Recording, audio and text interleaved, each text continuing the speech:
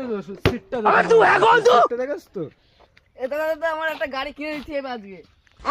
কিনে দিতেই হবে। হ্যাঁ চ তালি শোরুমে চ।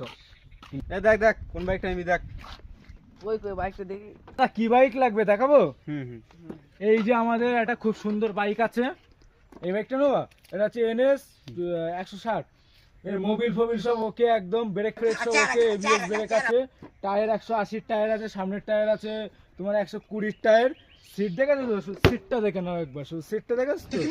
সিট আর ট্যাঙ্কি ফ্যাসিলিটি দেখে নাও, সব চাবি না অন করবে না চলবে, এইসব ব্যাকলাইট ফ্যাকলাইট সব আছে দেখে নাও, এরকম ফোকাস লাইট মাইট সব আছে, বাজি বাজি সব পুরো ওকে, পুরো এভরিথিং।